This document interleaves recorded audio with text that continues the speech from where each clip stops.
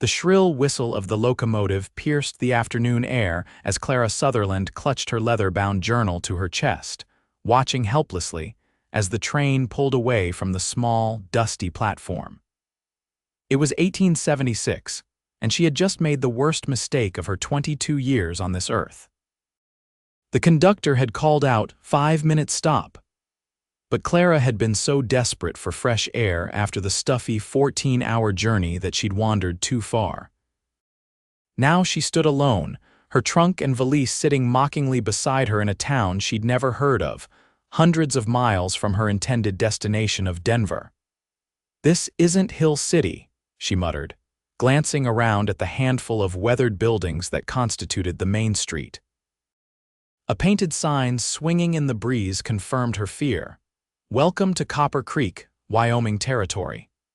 Clara smoothed her travel-worn navy blue skirt and tried to keep the panic at bay.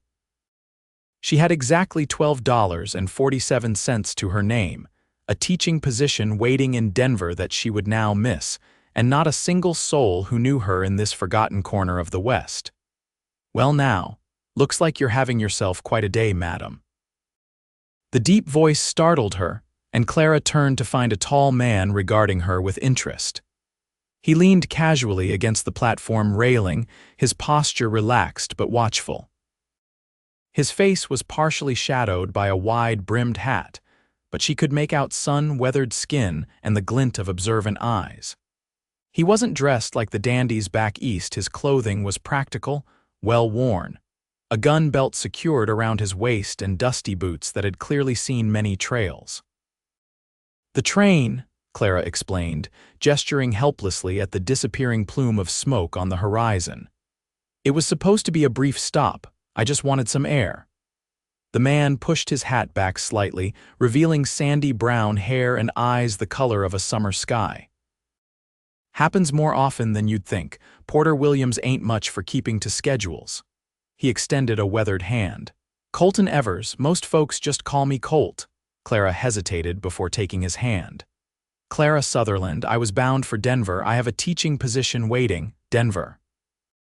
Colt whistled low. "That's another 2 days by rail from here. When does the next train come through?" Clara asked, trying to maintain her composure. "Thursday." "And what day is it today?" "Monday, madam."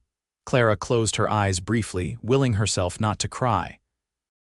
3 days stranded in this speck of a town would deplete what little funds she had and certainly cost her the position she'd worked so hard to secure. "Maybe it's the right one," Colt said. "Pardon me, the wrong train stop. Maybe it's the right one." His expression was serious, despite the seemingly flippant words. Sometimes life has other plans than the ones we make. Clara felt a flash of irritation. "I hardly think being stranded with no money in a town I've never heard of qualifies as the right one, Mr. Evers." To her surprise, he chuckled. "Fair enough, but let me help you at least get situated. The Silver Spur Inn has clean rooms, and Martha Bradley serves the best meals in 3 counties. You can wire ahead to Denver and explain your situation." Clara glanced at her heavy trunk. "That's very kind, but no buts," Colt said, already lifting her trunk as if it weighed nothing. "Copper Creek looks after its own, and for the next 3 days you're one of us." Clara had no choice but to follow as he carried her belongings down the platform steps. The warm Wyoming sun beat down on her shoulders as they walked along the dusty Main Street. She noted the essential businesses of any frontier town: general store, blacksmith, saloon, a small church at the far end, and what appeared to be a schoolhouse. "Are you visiting family in Denver?" Colt asked as they walked. Clara shook her head. "No family to speak of. My parents passed when I was 16. I was raised by my aunt in Boston, but she—" Clara paused, not wanting to reveal too much to this stranger. "She recently remarried. It seemed a good time to seek my own path." Colt nodded, understanding in his eyes. "Most folks out here are starting over in one way or another. And you, Mr. Evers, are you starting over?" "Started over a long time ago," he said cryptically. "Now I just keep the peace around here." Clara noticed for the first time the silver star pinned to his vest. "You're the sheriff, for my sins," he confirmed with a slight smile. They reached a two-story building with silver spur inn painted in fading letters above the entrance. A bell jangled as Colt pushed open the door. Martha. He called, "Got a guest for you." A plump woman with silver-streaked brown hair emerged from the back room, wiping her hands on an apron. "Land's sake, Colt, you don't need to shout." Her kind eyes immediately fell on Clara. "Oh my, another train stranding." "I'm afraid so," Clara replied, immediately warming to the woman's motherly demeanor. "This here's Clara Sutherland," Colt explained. "Meant to be heading to Denver for a teaching job." Martha's face lit up. "A teacher? Well, isn't that something?" She bustled forward, taking Clara's hand between both of hers. "You just come right in, dear. We'll get you settled." The next hour passed in a flurry of activity. Martha showed Clara to a clean, modest room with a window overlooking the main street. Colt brought up her trunk and valise, refusing any payment for his assistance. Martha insisted Clara wash up and come downstairs for a hot meal. "No arguments, you're thin as a rail." When Clara descended the narrow staircase, she found the small dining room occupied by a handful of locals, curiosity evident in their glances. Colt sat at a corner table, nursing a cup of coffee. "Join me," he asked, standing as she approached. Clara hesitated, then nodded, reminded of her precarious situation. She needed information, and the sheriff seemed the most reliable source. "I've been thinking about your predicament," Colt said once Martha had served them steaming bowls of savory stew and fresh bread. "Sent a wire to the station master in Denver while you were getting settled." Clara looked up in surprise. "You did? Figured you'd want them to know you're delayed but still coming." He took a sip of coffee. "Besides, I've got a proposition for you." Clara raised an eyebrow, immediately wary. "A proposition?" Colt's lips quirked at her tone. "Nothing improper, Miss Sutherland. Our schoolteacher, Mrs. Holcomb, broke her leg last week. Doc says she needs at least 6 weeks off her feet. The town council's been scrambling to find someone temporary, but qualified folks are scarce out here." Clara stared at him, realization dawning. "You want me to teach while I'm stranded here? 3 days of teaching would help the children, and the town could pay you enough to cover your room and board plus some extra." He leaned forward slightly. "And if Denver doesn't work out because of the delay, well, we're in need of a permanent teacher anyway." Clara's mind raced. The idea had merit. It would solve her immediate financial concerns and give her something to do while stranded. And if Denver fell through, having alternative employment wouldn't be the worst outcome. "I'd need to see the schoolhouse," she said cautiously, "and understand what the children have been learning." Colt grinned, and Clara was struck by how it transformed his serious face. "I can take you first thing tomorrow. Mrs. Holcomb keeps detailed notes, and she'd be grateful for the visit, I'm sure." Clara nodded, feeling some of her anxiety ease. Perhaps this unexpected detour wouldn't be completely disastrous after all. "Very well, Sheriff Evers." "It seems we have an arrangement." "Colt," he corrected. "Everyone just calls me Colt." After dinner, Clara stood on the inn's small porch, watching the sun set behind distant mountains. The air was cooler now, carrying the scent of sage and pine from the surrounding wilderness.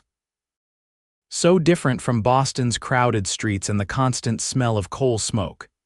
Despite her predicament, she found herself drawing a deep, appreciative breath. "It grows on you," Colt said, stepping onto the porch. "The space, the quiet. It's beautiful," Clara admitted. "Though I imagine winters are harsh." "That they are, but folks look out for each other." He leaned against the railing beside her.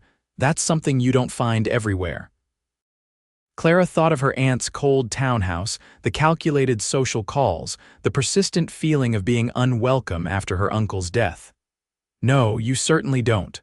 "What made you choose teaching?" Colt asked after a comfortable silence. Clara smiled, her first genuine smile since the train had left her behind. "Books were my escape as a child. After my parents died, I found solace in learning. I wanted to give that gift to others." She glanced at him. "What made you choose to become a sheriff?" Colt's expression grew distant. "Wasn't exactly a choice at first. I rode with a rough crowd after the war, did things I'm not proud of." He touched the star on his vest absently. Got shot and left for dead outside a little town in Arizona. The sheriff there patched me up instead of hanging me, gave me a chance to make amends. When he retired, I took up the badge. That's quite a story, Clara said softly. Everyone out here has a story, Colt replied. Most aren't as simple as they first appear. The next morning, Clara woke to the unfamiliar sounds of a frontier town coming to life, the blacksmith's hammer ringing, horses nickering, the distant lowing of cattle. She dressed in her most practical outfit, a simple blue skirt and white shirtwaist, and pinned her chestnut hair in a neat bun. Colt was waiting in the dining room, hat in hand, looking surprisingly well-groomed. His sandy hair was combed, his face freshly shaved, and his clothing, while still practical, appeared cleaner than the previous day. "Ready to see your temporary kingdom?" he asked with a smile. The schoolhouse sat at the end of the main street, a simple one-room building with a small bell tower. Inside, rows of wooden desks faced a teacher's desk and blackboard. Shelves lined one wall, holding a modest collection of books and supplies. "We've got 23 students, ages 6 to 16, Colt explained as Clara examined the room. "Most of the older boys only come in winter when ranch work is slower." Clara ran her fingers over the teacher's desk, noting the neat stacks of papers and a well-worn Bible. "And what has Mrs. Holcomb been teaching them?" "Let's go ask her," Colt suggested, holding the door open. Mrs. Holcomb lived in a tidy cottage 3 streets over. Despite her broken leg propped on a footstool, the elderly woman was alert and clearly relieved at the prospect of her students having proper instruction. "The little ones are working on their letters and basic arithmetic," she explained, handing Clara several notebooks. "The older children are studying American history and more advanced mathematics. They're a good group, though Daniel Tucker and James Wilson require a firm hand." Clara spent an hour taking notes and asking questions, while Colt waited patiently. Mrs. Holcomb seemed pleased with Clara's knowledge and approach, and by the time they left, Clara felt reasonably prepared for her temporary position. "School usually starts at 8, Colt said as they walked back toward the main street. "I'll introduce you to the children tomorrow morning." "Thank you," Clara said sincerely. "You've been extraordinarily kind to a complete stranger." Colt glanced at her, something unreadable in his blue eyes. "Like I said, we look out for each other here." As they passed the general store, the owner called out to Colt, "Sheriff, got those supplies you ordered?" "Be right there, Ben," Colt called back. He turned to Clara. "Why don't you explore a bit?" "I need to pick up some things, and then I thought I might show you around the countryside if you're interested." Clara found herself nodding. "I'd like that." While Colt attended to his business, Clara wandered the small town, taking note of its layout and inhabitants. People nodded politely as she passed, a few offering friendly greetings when they learned who she was. By the time she returned to the inn, she'd mapped most of Copper Creek in her mind and spoken to several parents of her soon-to-be students. Colt arrived shortly after noon, riding a handsome chestnut gelding and leading a gentle-looking bay mare. "Thought you might like to see what Copper Creek looks like beyond the main street," he said. "Mrs. Holcomb's lesson plans were pretty clear and you seem like a quick study." Clara eyed the horses uncertainly. "I haven't ridden since I was a child." "Lucy here is the gentlest mount in the territory," Colt assured her, patting the bay's neck. "She could carry a basket of eggs through a thunderstorm without breaking one." Despite her reservations, Clara allowed Colt to help her into the saddle, his hands strong and steady at her waist. The sensation sent an unexpected warmth through her, one she firmly attributed to embarrassment rather than anything more complicated. They rode at an easy pace, leaving the town behind and following a well-worn trail that wound through rolling hills covered in sage and wildflowers. Colt pointed out landmarks and shared stories of the area's history, the Native American tribes who had first inhabited the region, the early trappers and traders, the discovery of copper that had given the town its name. "Most of the mines played out years ago," he explained as they crested a hill that offered a sweeping view of the valley below. Town nearly died then, but ranching saved it. Now we've got a few good-sized cattle operations and some smaller homesteads. Clara took in the vast landscape, so different from the crowded eastern seaboard she knew. It's magnificent, she breathed. So much space. That's what I love most, Colt agreed. Room to breathe, room to be whoever you want to be, not who someone else says you should be. Clara glanced at him, struck by the sentiment. Wasn't that exactly what she'd been seeking when she left Boston? Room to define herself outside of being the poor orphaned niece, the burden, the unwanted reminder of a painful past. "Tell me about your ranch," she said, noticing his comfortable ease in the saddle. "Nothing grand," Colt replied. 160 acres about 2 miles outside town, cabin, barn, small herd of cattle. My deputy watches things when I'm in town on sheriff business. You manage both?" Clara asked, impressed. Colt shrugged. "Town's peaceful mostly, occasional drunk cowboy or dispute between neighbors, nothing that keeps me from tending my land." His expression turned thoughtful. "Man needs something that's his own out here, something to build." They stopped by a clear stream to rest the horses and eat the simple lunch Martha had packed: bread, cheese, and apple tarts. Clara sat on a sun-warmed rock, watching a hawk circle overhead. "What will you do if Denver falls through?" Colt asked, skimming a stone across the water's surface. Clara considered the question. "I suppose I hadn't thought that far ahead. Find another teaching position somewhere, I expect."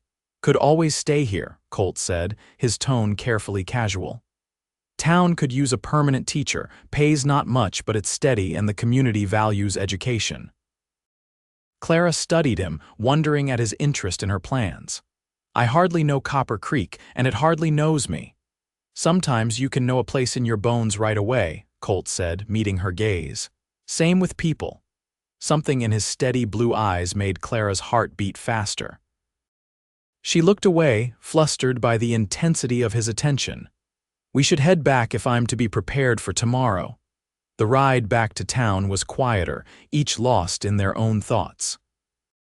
As they approached the outskirts of Copper Creek, Clara noticed a group of riders in the distance, heading toward town at a gallop. Colt tensed beside her. "That's Buckley's crew," he said grimly, "and they're riding hard." "Is something wrong?" Clara asked, noting his change in demeanor. "Luke Buckley runs the largest ranch in the area. Good man, fair employer. His men coming in hot usually means trouble." He glanced at her apologetically. "I need to see what's happened." "Can you find your way back to the inn?" Clara nodded, and Colt spurred his horse forward, quickly outpacing her. By the time she reached the main street, a crowd had gathered outside the sheriff's office. She returned the bay mare to the livery stable as Colt had instructed, then made her way toward the commotion. "Stolen near 50 head, a dust-covered cowboy was saying as Clara approached. "Found 2 of our men knocked senseless. They're lucky to be alive."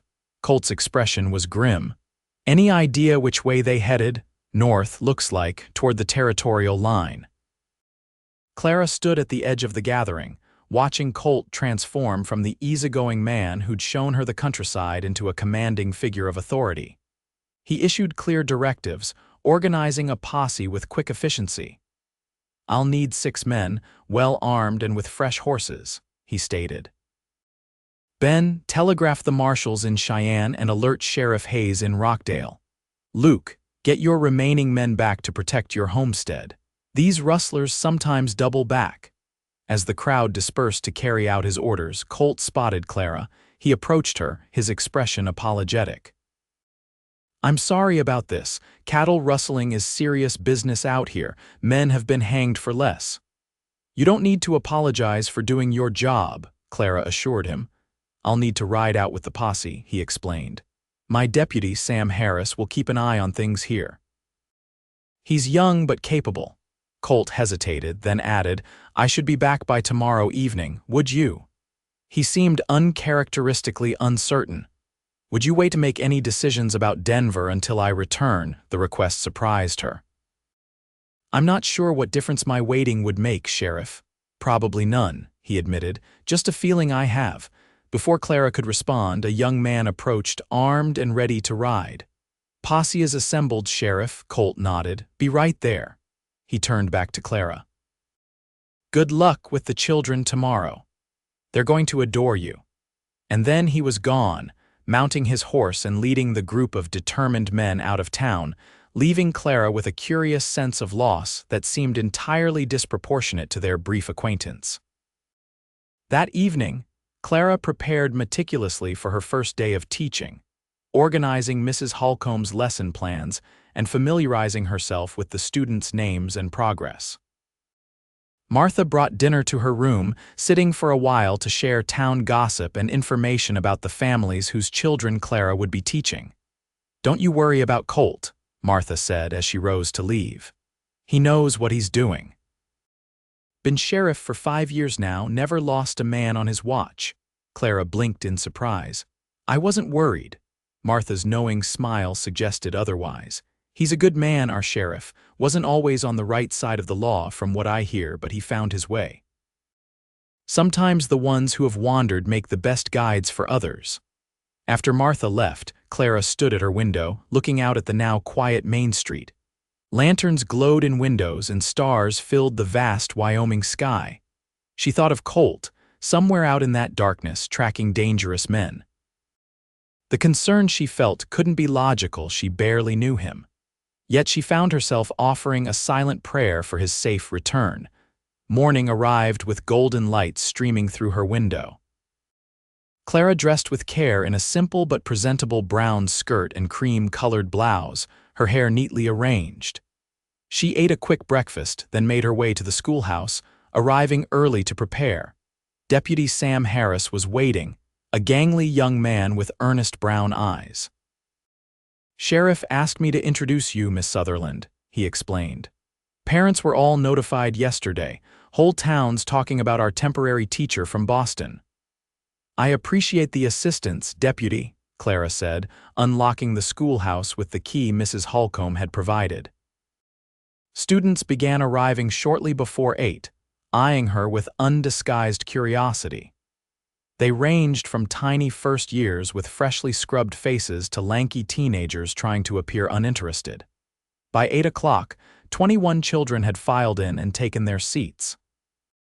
Good morning, Clara said, surveying her temporary charges. I am Miss Sutherland, and I'll be your teacher while Mrs. Holcomb recovers. She smiled warmly. I understand you've been learning about the Declaration of Independence. Who can tell me when it was signed? A small hand shot up. July 4, 1776, piped a freckle-faced girl in the front row.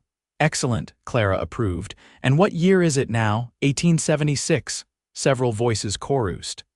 So this year marks what important anniversary? Clara asked, a boy in the back whom Clara recognized from Mrs. Holcomb's description as Daniel Tucker, one of the troublemakers, raised his hand lazily. 100 years since we told the British to take a hike. There were giggles, and Clara suppressed her own smile. That's essentially correct, though we might phrase it more formally as 100 years since the American colonies declared their independence from Great Britain. The morning progressed smoothly, with Clara dividing her attention between the different age groups. The younger children practiced their letters, while she had the older ones read passages from their history book. By midday, she felt she had established a good rapport with most of the students. As the children ate their packed lunches in the schoolyard, one of the older girls, Mary Buckley, approached her desk. Miss Sutherland, is it true you're only staying until Thursday? She asked. Clara nodded. Yes, that's when the next train arrives. Mary looked disappointed. That's too bad. You explain things better than Mrs. Holcomb. She gets impatient when we don't understand right away. That's very kind of you to say, Mary, but Mrs. Holcomb is an experienced teacher and I'm sure she cares deeply about your education. Mary shrugged. Pa says the town needs a younger teacher anyway. Mrs. Holcomb is nearly 60 and her leg wasn't the first thing she's broken this year. The afternoon session focused on mathematics for the older students and basic reading for the younger ones. Clara moved between groups, offering guidance and encouragement. By the time she rang the dismissal bell, she felt a surprising sense of accomplishment, As the children filed out, Deputy Harris appeared at the door. "How'd it go, Miss Sutherland?" "Quite well, I think," Clara replied, gathering her notes. "They're bright children." "No word from the sheriff yet," Harris said, correctly guessing her next question. "But that's not unusual. Tracking takes time." Clara nodded, trying not to show her concern. "Of course." That evening, Clara joined several townspeople for dinner at the inn. Martha had spread word of the new teacher's temporary residency, and many were curious to meet her. Clara found herself seated with the town doctor, the banker and his wife, and the owner of the general store and his family. "We've been trying to convince the town council to hire an assistant for Mrs. Holcomb for months," Mrs. Peterson, the banker's wife, confided. "The poor woman is simply overwhelmed with so many students of different ages. Perhaps when she recovers, you might consider staying on in that capacity," suggested Dr. Mitchell, a kindly older man with spectacles. "From what I hear, the children responded well to you today." Clara smiled politely. "That's very kind, but I have commitments in Denver." "Denver?" scoffed Ben from the general store. "Big city, lots of crime, not like here where everyone knows everyone. And everyone knows everyone's business," his wife added with a laugh. The conversation flowed easily, with the locals sharing stories of Copper Creek's history and asking Clara about her life in Boston. She found herself relaxing, enjoying their company and genuine interest.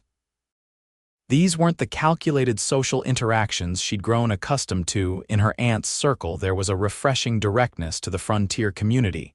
As dinner concluded, a commotion outside drew everyone's attention. The door burst open, and Deputy Harris stood there, breathing hard. "They're back," he announced. "Sheriff brought in 3 of the rustlers. 2 more got away, but they recovered most of the cattle." The room erupted in cheers and questions. Clara found herself moving toward the door with everyone else, relief washing over her at the news of Colt's return. The street was filled with townspeople gathering around the returning posse. In the glow of lantern light, she spotted Colt dismounting from his horse, looking exhausted but triumphant. 3 sullen men with bound hands were being led toward the jailhouse. Their eyes met across the crowd, and something in his expression changed. He handed the reins of his horse to a nearby man and made his way toward her, removing his hat as he approached. "Miss Sutherland," he greeted her, his voice rough with fatigue. "I heard you had a successful first day of teaching." "And I hear you had a successful pursuit," she replied, oddly moved by his disheveled appearance, dust-covered clothing, a day's growth of beard, and a small cut above his right eyebrow. "You're injured." Colt touched the cut absently. "Just a branch, nothing serious."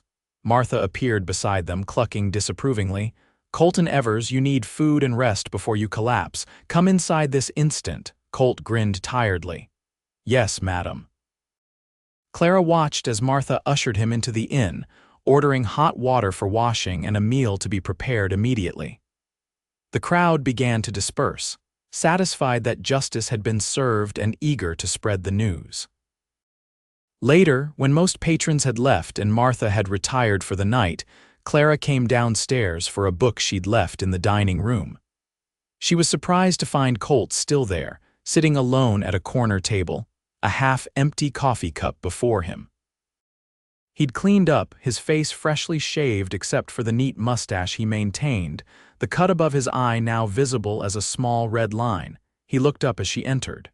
"Can't sleep," he explained. "Always takes a while after something like this." Clara hesitated, then approached his table.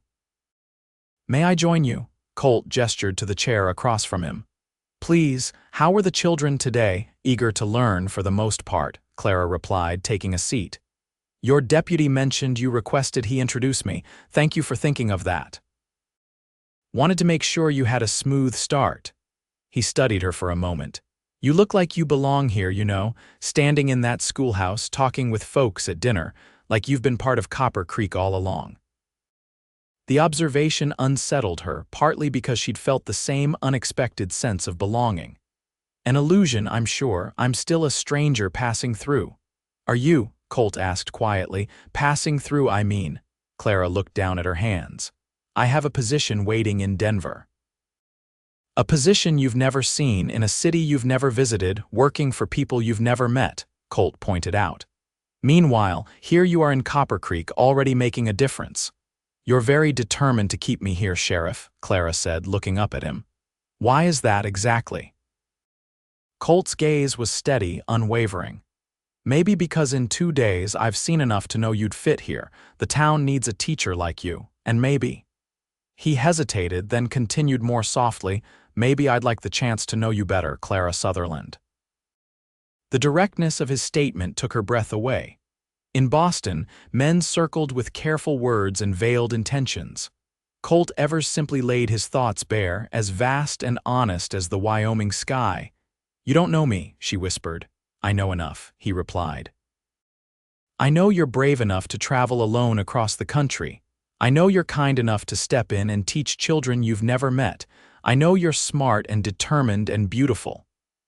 His voice roughened slightly on the last word.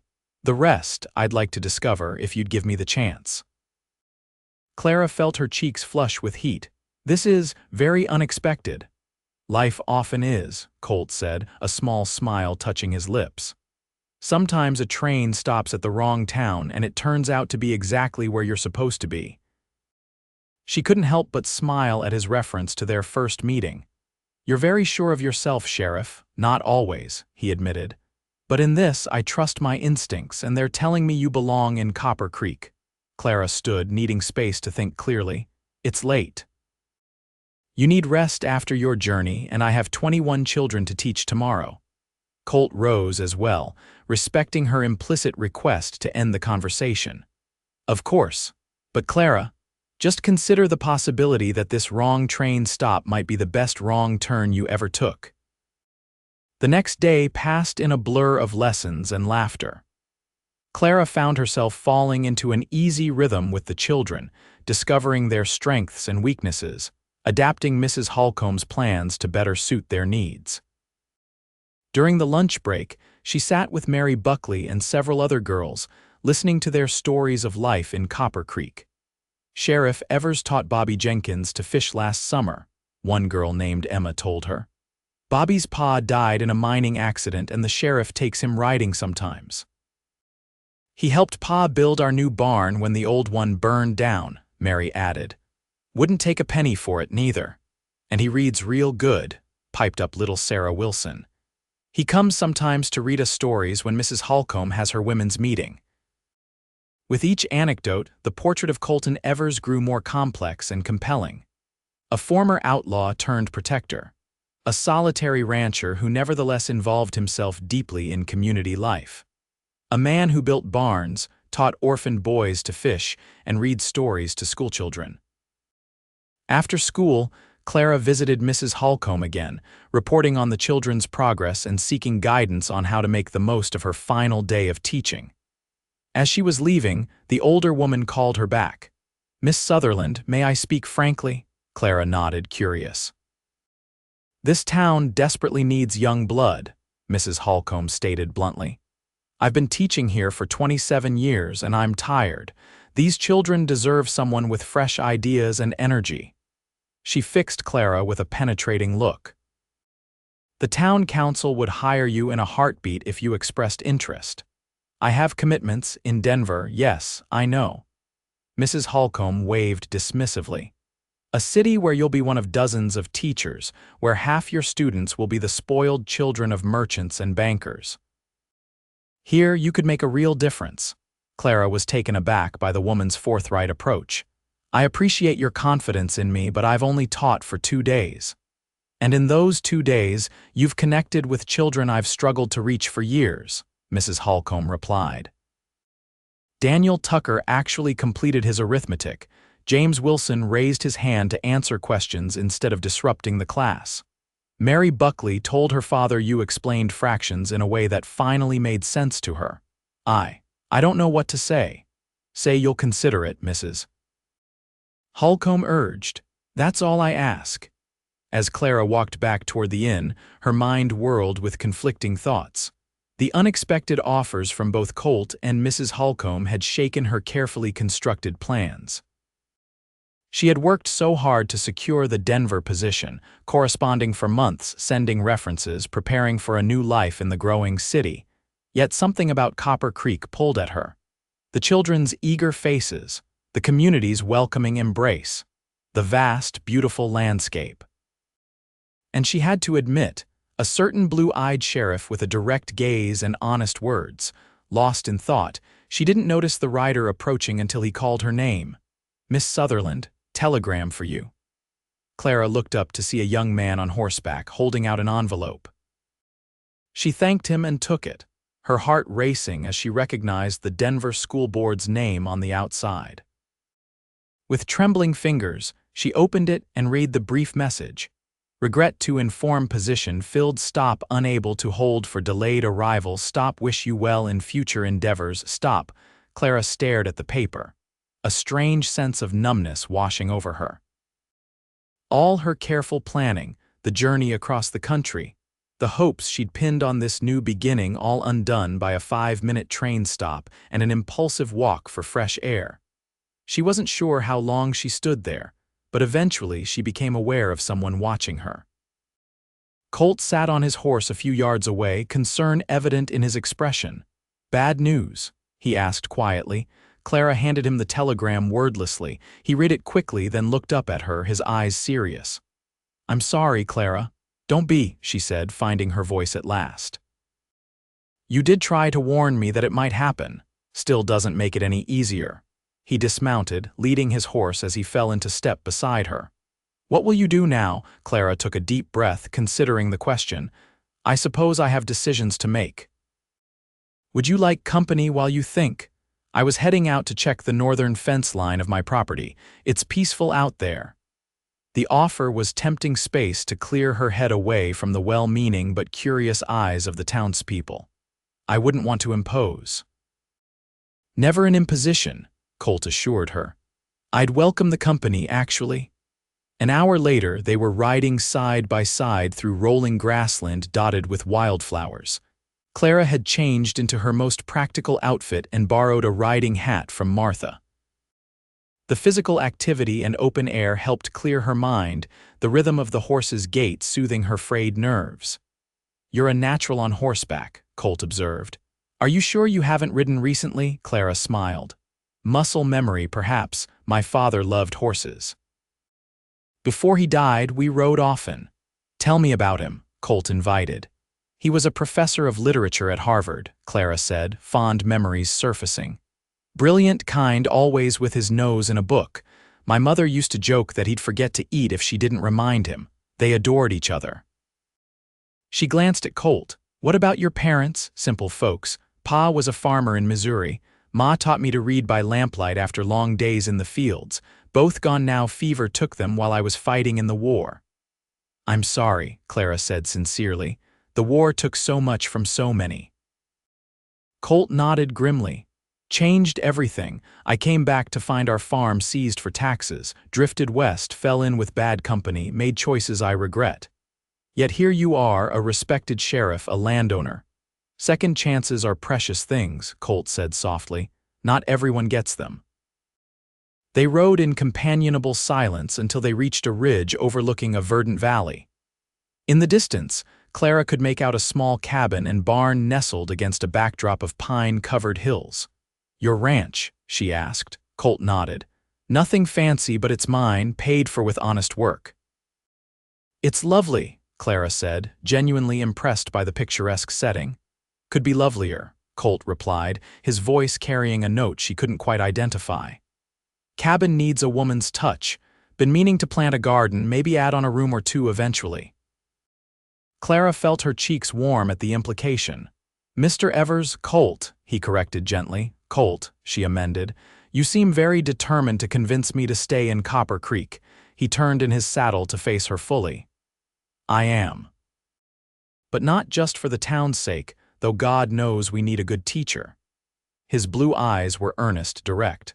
"I know it sounds crazy, we've known each other 3 days, but I haven't been able to stop thinking about you since you stepped off that train platform." Clara's heart raced at his admission. "This is very sudden." "Life out here often is," Colt replied. We don't have the luxury of long courtships and societal niceties. When you find something worth holding on to, you grab it with both hands. And you think I'm worth holding on to?" Clara asked, her voice barely above a whisper. "I think you're the most intriguing, beautiful, capable woman I've ever met," Colt said simply.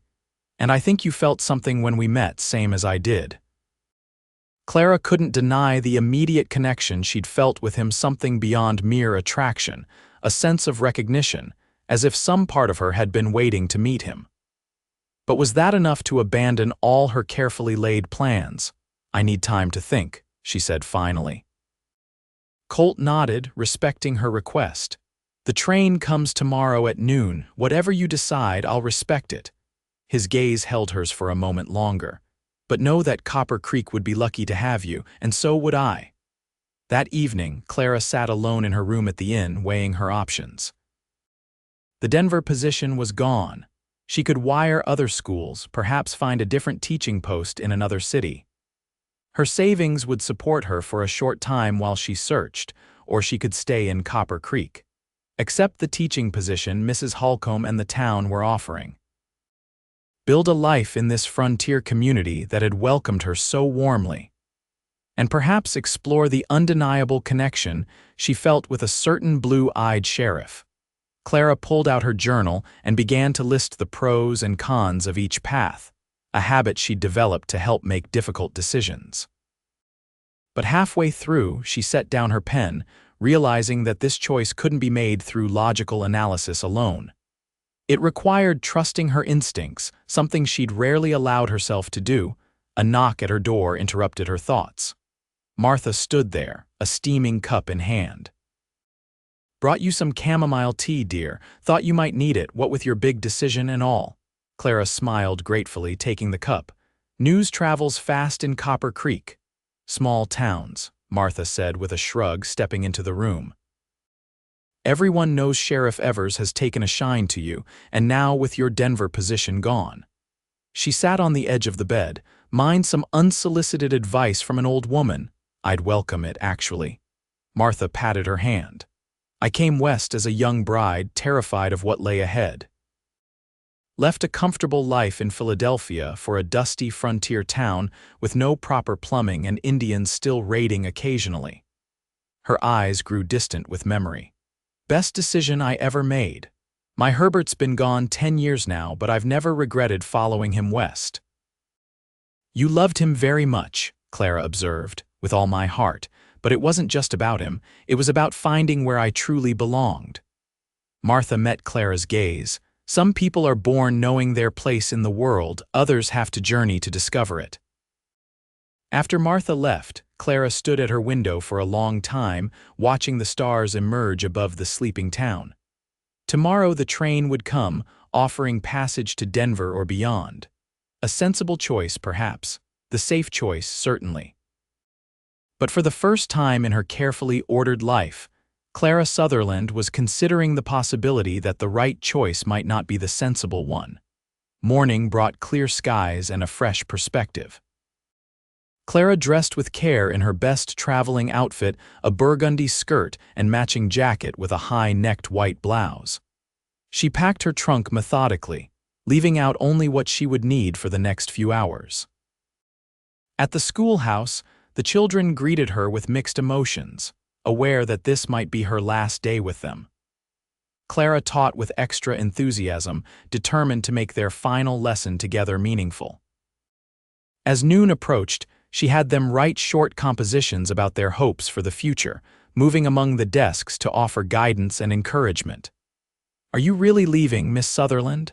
Little Sarah Wilson asked, her eyes wide with disappointment. Clara smiled gently. "I haven't quite decided yet, Sarah." "I hope you stay," Mary Buckley declared boldly. "You make learning fun." When the final bell rang, several children lingered, reluctant to say goodbye. Clara found herself equally reluctant to dismiss them, their eager faces and genuine affection having worked their way into her heart in just 3 short days. As she was gathering her belongings, a knock sounded at the schoolhouse door. Clara looked up to find Colt standing there, hat in hand, his expression carefully neutral. Train's due in 30 minutes, he said. Thought you might need help with your trunk. Clara nodded, suddenly unable to find words. They walked in silence to the inn where her luggage waited. Martha embraced her tearfully, pressing a package of food for the journey into her hands regardless of her decision. You come back and visit us, young lady, whatever you decide, she insisted. The platform was crowded when they arrived, not with waiting passengers, but with townspeople who had come to bid Clara farewell. Dr. Mitchell, the Peterson family, Deputy Harris, even Mrs. Holcomb supported by crutches. The schoolchildren stood in a group, some holding hastily made cards. Quite a send-off, Clara murmured, touched by the gesture. Told you that you made an impression, Colt replied, setting her trunk on the platform. In the distance, the train whistle sounded. Clara's heart raced as the moment of decision approached. The crowd fell silent, watching her expectantly. Colt stepped closer, his voice for her ears alone. Whatever you choose, I meant what I said. These have been the best 3 days I've had in a long while. Clara looked up at him, at his honest blue eyes and the face that had become so dear to her in such a short time. Then she gazed at the gathering of townspeople, good, hard-working people who had welcomed a stranger into their midst without hesitation. The train rounded the bend, black smoke billowing from its stack, wheels grinding against the rails. Clara drew a deep breath, suddenly certain of her choice in a way she had never been certain of anything before. I'm not getting on that train, she said, her voice stronger than she expected. Colt's expression shifted from resignation to cautious hope. You're staying, Clara nodded, a smile breaking across her face. It seems I've found where I belong, in the wrong town with the right people. The gathered crowd erupted in cheers as Colt swept her into an embrace, lifting her feet off the ground in his enthusiasm. When he set her down, his eyes were bright with emotion. I can't promise you the comforts of the city, he said earnestly, but I can promise you won't regret staying. I'm holding you to that, Sheriff, Clara replied, her heart light with the certainty of her decision. The train pulled into the station, hissing and steaming. A few passengers disembarked, looking curiously at the celebrating crowd. The conductor called out, "All aboard, 5-minute stop." Clara turned away from the train, toward Colt and the community that had claimed her heart in 3 short days. As the locomotive pulled away, she felt no regret, only a profound sense of having arrived exactly where she was meant to be. In the months that followed, Clara settled into life in Copper Creek with surprising ease. She took over as the town's teacher, bringing fresh ideas and enthusiasm to the schoolhouse. Mrs. Holcomb served as her mentor until her leg healed, then retired gracefully, declaring that education was now in capable hands. Clara found lodging with the widowed Mrs. Barnes, whose comfortable home near the schoolhouse provided the perfect accommodation. Each evening, Colt would call on her, sometimes bringing wildflowers or a book he thought she might enjoy. Their courtship progressed with the straightforward honesty that characterized frontier relationships: no games, no pretenses, just 2 people growing to know and love one another deeply. By Christmas, the entire town knew that Sheriff Evers intended to propose. The ring he commissioned from the silversmith in Cheyenne was the subject of much speculation and gossip. Clara pretended not to hear the whispers, though her heart quickened at the thought. The proposal came on a crisp December evening, with snow falling gently outside the church, where the town had gathered for a holiday celebration. Colt had arranged for the children to sing Clara's favorite carol, then stepped forward with the ring in hand, dropping to one knee before the astonished teacher. "Clara Sutherland," he said, his voice carrying through the hushed church, "you stepped off a train and into my heart 4 months ago. Would you do me the honor of becoming my wife?" With tears in her eyes and joy in her heart, Clara gave the only answer possible. Yes, they were married in the spring of 1877 when wildflowers carpeted the hills around Copper Creek. The entire town turned out for the celebration, the schoolchildren serving as attendants, Martha Bradley providing a feast that would be talked about for years to come. Clara moved to Colt's ranch after the wedding, making the daily ride into town to teach. Together, they expanded the cabin, adding rooms for the family they hoped to have. Clara planted the garden Colt had mentioned, filling it with vegetables and flowers that brightened the homestead. Their first child, a son named James, arrived in the winter of 1878, followed by a daughter, Elizabeth, 2 years later. Clara continued teaching, bringing her babies with her when they were small, then leaving them with Martha when they grew older, until they were eventually old enough to join her students at the schoolhouse. As the years passed, Copper Creek grew and prospered. Colt eventually passed the sheriff's badge to Deputy Harris, focusing on expanding their ranch and raising their growing family. Clara's reputation as an educator spread throughout the territory, and she eventually established a small library that served the entire county.